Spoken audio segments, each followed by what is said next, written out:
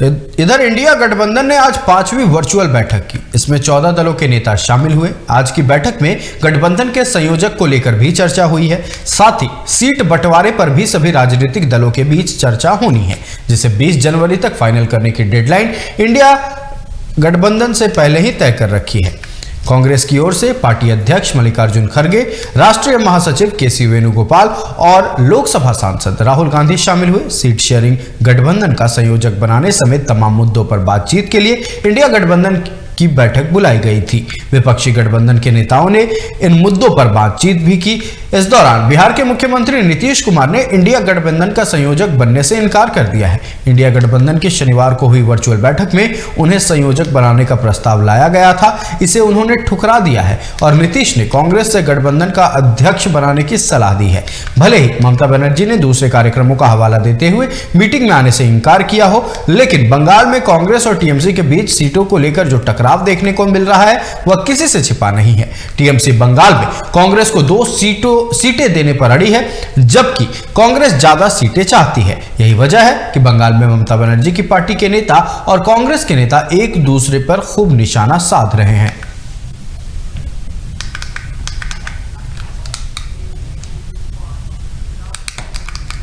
और इसी खबर पर पूरी जानकारी के साथ हमारे सहयोगी राजीव कमल हमारे साथ जुड़ चुके हैं। राजीव, संयोजक बनने को लेकर बात हो रही थी, इंडिया गठबंधन की वर्चुअल बैठक हुई, नाम नीतीश कुमार का सामने आया, लेकिन नीतीश कुमार ने इसे अस्वीकार कर दिया है, वो संयोजक नहीं बनना चाहते। आप बताएं, राजनीतिक गलियारों में क्या बात चल रही है, आखिर नीतीश के मन में है क्या? देखिए, बिहार में जहां ठंड के चलते स्कूल बंद है, क्लासेस बंद है, लेकिन राजनीतिक क्लास शुरू है और 2024 इलेक्शन नजदीक है और उसको लेकर जिस तरीके से इंडिया गठबंधन की चौथी बैठक के बाद आज 5वीं बैठक हुई, वर्चुअल बैठक होती है।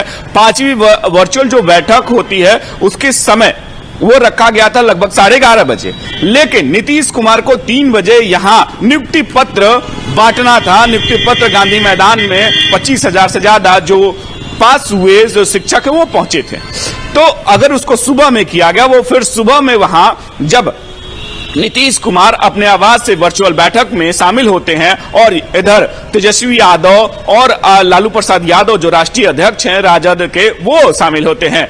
जो ये बातचीत जब जैसे ही शुरू होती है, उसी में कांग्रेस के तरफ से और स्टालिन जो मुख्यमंत्री हैं, उन्होंने एक तरीके से संयोजक पद के नाम का प्रस्ताव किया नीतीश कुमार पर। नीतीश कुमार के नाम पे प्रस्ताव जैसे ही हुआ तो नीतीश कुमार ने कहा कि नहीं नहीं, ऐसा रहने दीजिए, संयोजक पद मुझे कोई अभी नहीं है। उन्होंने ये कहा कि कांग्रेस के तरफ से को अध्यक्ष बना दीजिए, कांग्रेस के लोगों को अध्यक्ष बना दिए।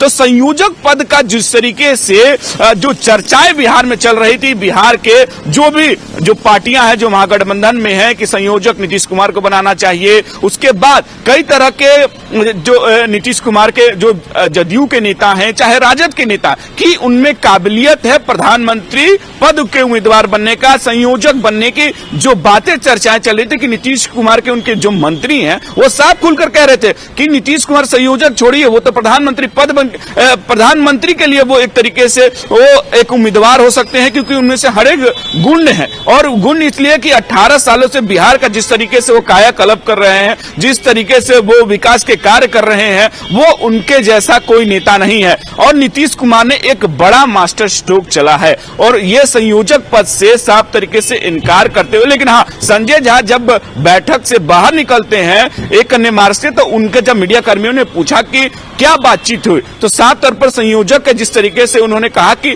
संयोजक का जो प्रस्ताव नीतीश कुमार के नाम पे आया था, लेकिन उन्होंने फिलहाल अभी उसको एक तरीके से रोक लगाई, मतलब कि अभी उनसे किनारा किया है। लेकिन संजय झा ने यह जरूर कहा कि हम पार्टी में बैठकर इस पर बातचीत करेंगे, आगे क्या हो। लेकिन नीतीश कुमार ने अध्यक्ष को लेकर कहा कि कांग्रेस की तरफ से कोई अध्यक्ष होना चाहिए, क्योंकि नेशनल पार्टी है, बड़ी पार्टी है उसी पर। लेकिन एक बात साफ है कि जहां इस बैठक में जो सीट बंटवारे का जो मुद्दा है वो भी अभी तक सॉल्व नहीं हुआ। मतलब ये साफ है कि जिस तरीके से हर एक राज्य, हर एक जो छत्रपद है, वहां जो मुख्यमंत्री हैं, चाहे बंगाल का मामला हो या उत्तर प्रदेश का हो या बिहार का, इसी अभी तक जो हिंदी पट्टी के बड़े बड़े जो राज्य हैं, जो जिसमें एक तरीके से स्टेक होल्डर ज्यादा है, उसमें अभी तक सीट शेयरिंग का जो मुद्दा है लगभग वो सॉल्व नहीं हुआ है। हाँ, ये अंदर खानी ये कह रहे हैं, मीडिया से भले ना कहें, लेकिन ये लोग जो पार्टी में है इंडिया गठबंधन के, कह रहे हैं कि सीट शेयरिंग की बात आपसे क्यों करे, मीडिया से क्यों किया जाता है, वो तय हो जाएगा। लेकिन एक बात अभी तक है कि जो क्लियर नहीं हो रहा है,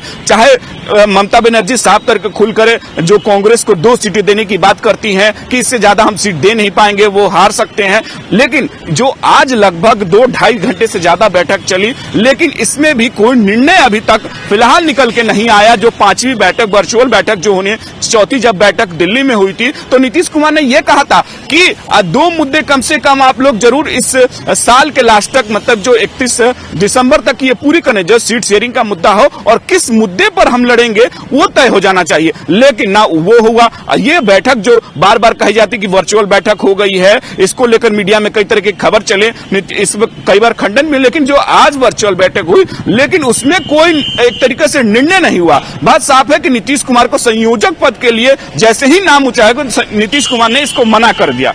मतलब यह बात साफ है कि नीतीश कुमार का जो मन है फिर से कहीं डोल सकता है, क्योंकि अगर संयोजक पद नहीं बनते हैं, वो उनको संयोजक पद नहीं अगर वो एक्सेप्ट करते हैं, तो फिर क्या नीतीश कुमार फिर कहीं क्या विचार कर सकते हैं। क्योंकि देखिए, राजनीतिक गलियारे में चर्चा जो साफ तौर पर है कि नीतीश कुमार महागठबंधन में बहुत कुछ ठीक नहीं चल रहा है, क्योंकि जिस तरीके से सीट बंटवारे का डिले हो रहा है, उनके मंत्री हो या जो सीट का जो शेयरिंग का मामला हो, जो 17 सीटों पर जिस तरीके से जदयू ने खुलकर ये कहा कि 17 सीटों से तो मंजूरी नहीं है बिहार में, तो 17 सीटों पर अगर मंजूर नहीं है तो फिर कांग्रेस 10 सीट की मांग कर रही है, लेफ्ट पार्टियां 8 सीटों की मांग कर रही है, फिर राजद कितनी मांग करेगी। तो ये जो सीट शेयरिंग का इसी पे लौट रहे थे, मुद्दा है, इसी पे लौट रहे थे राजीव की। देखिए, नीतीश कुमार की पार्टी जदयू कह रही है कि 16 सीटों पर वो चुनाव लड़ेगी, ठीक है, लेकिन दूसरी ओर आरजेडी का खेमा बिल्कुल शांत है।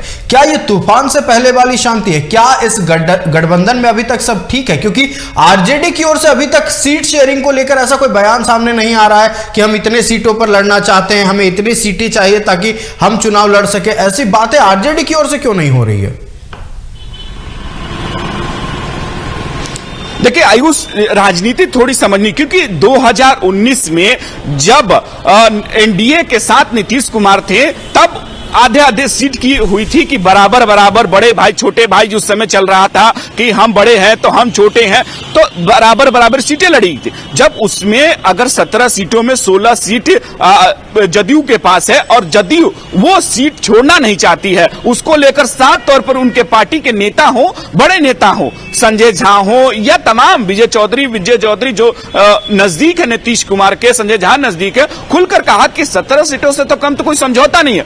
केसी त्यागी ने तक खुलकर कह दिया कि उससे तो कोई बात ही आगे नहीं बनेगी। तो फिर अगर बात नहीं बनेगी, लेकिन राजद के तरफ से एकदम चुप्पी साधे हुए कोई बात इस पर करने को तैयार नहीं है, क्योंकि वो कहते हैं कि इससे बड़े नेता समझेंगे, मतलब लालू प्रसाद, तेजस्वी यादव। तो लालू यादव, तेजस्वी यादव सीट कितना मांगेंगे उस पर कोई नहीं, क्योंकि तेजस्वी यादव से भी कई बार सवाल किए गए सीट शेयरिंग को लेकर, कहे कि ये सब हो जाएगा, मीडिया में जरूरी थोड़ी है बताना। हाँ, हमारा बातचीत चल रहा है, बैठक भी होती है। जिस तरीके से 4थी बैठक के बाद नीतीश कुमार की नाराजगी की चर्चा चल रही थी कि नाराजगी की चर्चा है कि पीएम उम्मीदवार नहीं बनाया गया, लेकिन नीतीश कुमार ने इस बात को खंडन किया कि मुझे पीएम उम्मीदवार की नहीं जरूरत है। लेकिन जदयू के मंत्री ने तो खुलकर यहां कहा कि अगर पीएम उम्मीदवार नहीं बनाते हैं तो फिर वही इंडिया का हाल होगा कि जो फिर से एनडीए की सरकार, भाजपा की सरकार बनेगी। कुछ जो इनके मंत्री हैं उन्होंने यहां तक कहा कि नीतीश कुमार से बड़ा उम्मीदवार हो या नीतीश कुमार से बड़ा नेता इस समय देश में कहीं नहीं है, और नीतीश कुमार को ही पीएम का उम्मीदवार बनाना चाहिए। अगर नहीं बनाते हैं तो ये एनडीए की सरकार जो आप सपना देख रहे हैं वो पूरा नहीं होगा। जब खुद उनके मंत्री इस तरीके का बयान देते हो तो साफ तौर पर यह है कि जदयू में भी सब कुछ राजद के लिए ठीक नहीं है, लेकिन राजद वेट एंड वॉच में देखी हुई कि किस तरीके से आगे बातचीत चल, क्योंकि 17 सीटों पर जदयू ने ताल ठोक रखा है। तो राजद, क्योंकि जब 2019 में इनको एक सीट भी नहीं आई थी, तो अगर एक सीट नहीं आई तो वो कितने सीटों पर लड़ना चाहेंगे, क्योंकि अगर बड़ा भाई छोटा भाई हो गया तो राजद बड़ी है, क्योंकि राजद के पास नंबर 1 पार्टी है बिहार में, अगर वो डिमांड करती है तो अगर ये 17 डिमांड करते हैं तो वो 17 से ज्यादा करना चाहेगी। लेकिन अगर इंडिया गठबंधन को एक साथ लेने की जिस तरीके से चर्चाएं चल रही है और नीतीश कुमार अब जिस 2024 की तैयारी, जैसे रामगढ़ में उनका 3 फरवरी से एक बड़ा महारैली कर रहे हैं, वहां रैली करने पहुंचेंगे, रांची में माफ कर रामगढ़ जाएंगे। तो देखिए नीतीश कुमार के जिस तरीके से उनके पार्टी के द्वारा फ्रंट फुट पे खेला जा रहा है सीटों को लेकर, लेकिन राजद के तरफ से इस पर चुप्पी साधे हुए कोई भी नेता कुछ भी बोलने को तैयार नहीं है। इसका मतलब है कि कुछ खेला आपको खरवास बाद, जैसे हम लोग खरवास कहते हैं कि चूड़ा दही खाने के बाद खरवास खत्म हो जाता है, उसके बाद खेला होना। तो देखना होगा कि आने वाले ये 15 तारीख 20 तारीख के बाद क्या कोई बड़ा बदलाव, क्योंकि नीतीश कुमार ने आज कन्वीनर बनने से साफ मना कर दिया है। इसका मतलब यह साफ है कि नीतीश कुमार कन्वीनर से नहीं संतोष करने वाले हैं।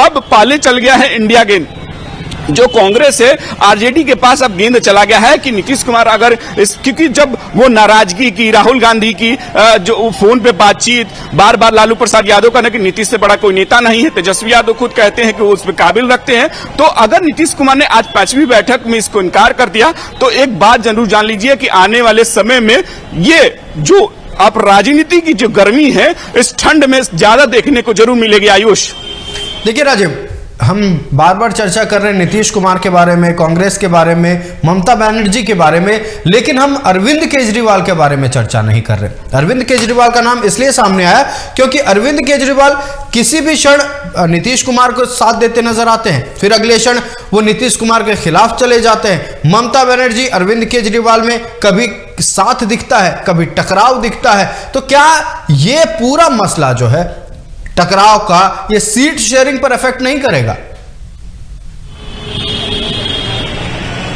देखिए केजरीवाल ने कभी भी नीतीश कुमार का नाम खुल के नहीं लिया है, ना वो ममता बनर्जी हो। हाँ, ममता बनर्जी ने यह कहा कि इंडिया गठबंधन जिस तरीके से रूपरेखा तैयार हो, पटना में वो बैठक होती है, ममता बनर्जी ने आती हैं और केजरीवाल आते हैं। ये जरूर कहा कि नीतीश कुमार बड़े नेता हैं, अच्छे नेता हैं, काम अच्छा कर रहे हैं। उन्होंने पूरे जो विपक्ष को एकजुट करने की कोशिश की, लेकिन खुलकर कभी भी ना ममता बनर्जी ने ना अरविंद केजरीवाल ने यह कहा कि वो संयोजक पद के लिए अच्छे हैं या वो प्रधानमंत्री पद के उम्मीदवार के लिए अच्छे। मतलब ये साफ है कि जो दोनों नेता हैं उन्होंने कभी नीतीश कुमार को इस तरीके से सपोर्ट नहीं किया है। उन्होंने कहा कि अरे प्रधानमंत्री पद का होगा चुनाव के बाद या हम जीत जाने के बाद हम तय करेंगे उसमें मामले। कभी नीतीश कुमार को लेकर कभी भी इन्होंने जो दोनों नेता हैं कभी उस तरीके का कहा ही नहीं कि प्रधानमंत्री पद के या संयोजक के तौर पर नीतीश कुमार। वहां तक कि जब चौथी बैठक हुई थी तो उन्होंने मल्लिकार्जुन खड़गे का नाम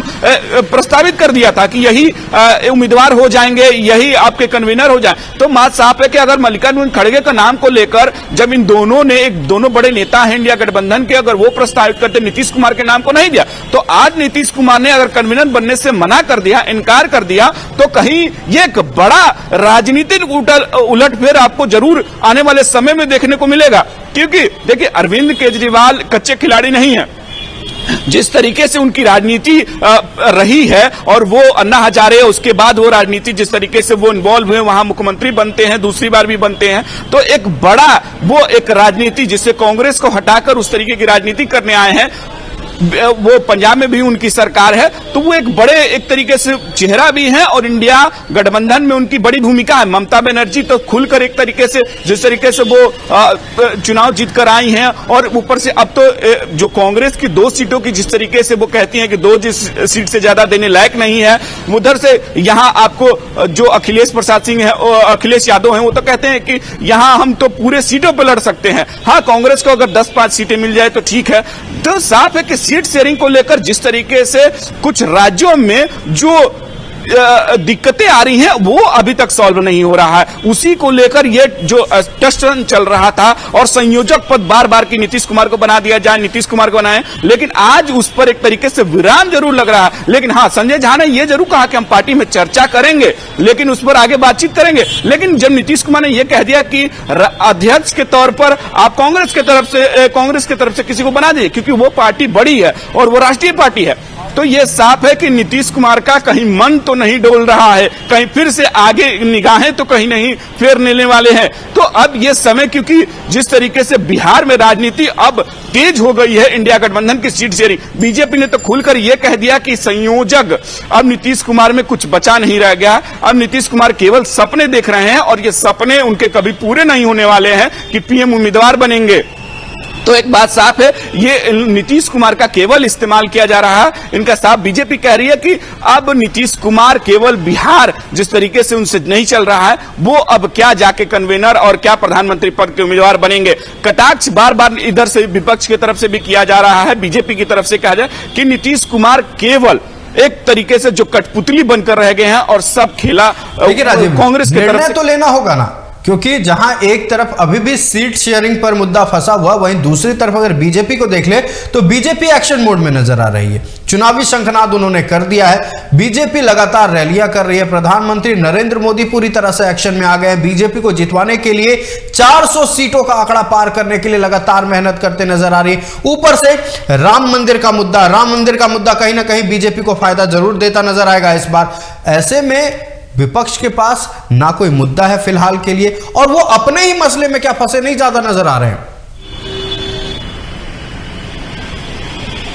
देखिए आयुष, क्योंकि अगर जदयू के तरफ से, जदयू के मुख्यमंत्री ने खुद कहा था कि अगर कांग्रेस जल्दी नहीं करती है, क्योंकि जब नीतीश कुमार ने कुछ दिन पहले ही एक भाकपा माले की रैली में यहां तक कहा कि कांग्रेस जो 4 राज्यों के चुनाव में लगी हुई, जब चुनाव हो रहे थे जिस तरीके से उसके बाद जीत होती है, वो नीतीश कुमार ने यहां कहा था कि कांग्रेस चुनाव राज्यों से ज्यादा उनको इंडिया गठबंधन में जरूर ध्यान देना चाहिए। कांग्रेस बार बार डिले कर रही है। अभी तक चौथी बैठक के बाद 5वीं बैठक वर्चुअल हो जाती है, लेकिन सीट शेयरिंग पर अभी तक मामला फंसा हुआ है। अभी तक खुलकर कोई ये नहीं कहने के तैयार है कि किसको कितनी सीट पे लड़नी है, किसको कितने सीट पे मिलनी चाहिए, कोई नहीं बता पा रहा है। मतलब कि ये साफ है कि जो इंडिया गठबंधन की जिस तरीके से चल रही है खींचतान एक दूसरे में, वो दिखाई दे रही है। अब तो नीतीश कुमार ने संयोजक बनने से एक कहते हैं ना कि वो बार बार के संयोजक बनेंगे, ये बनेंगे, वो बनेंगे, कयास लगा, वो भी समाप्त हो गया है कि वो भी एक तरीके से कहते हैं कि नहीं अभी नहीं बनेंगे।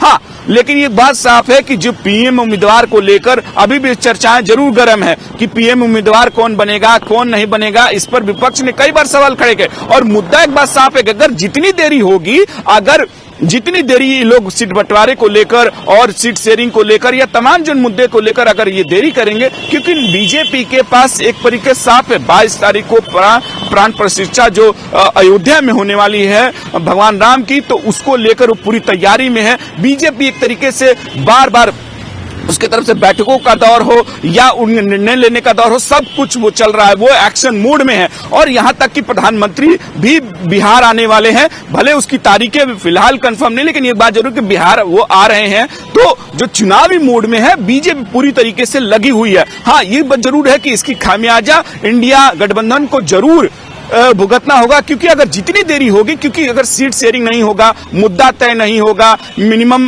कॉमन प्रोग्राम अगर तय नहीं होगा, तो फिर ये कैसे होगा। अगर ये सब चीज अगर तय करनी होगी, क्योंकि ये एक बहुत जरूरी है 2024 इलेक्शन में जाने से पहले, क्योंकि अब इलेक्शन का टाइम बहुत जो नजदीक, जनवरी चल रहा है, अब जैसे ही फरवरी बजट सत्र आता है, उसके बाद तारीखों का ऐलान हो जाएगा। तारीखों के ऐलान से पहले अगर इस तरीके की अगर सीट शेयरिंग नहीं होते तो कहीं ना कहीं ये चिंता का जरूर विषय है।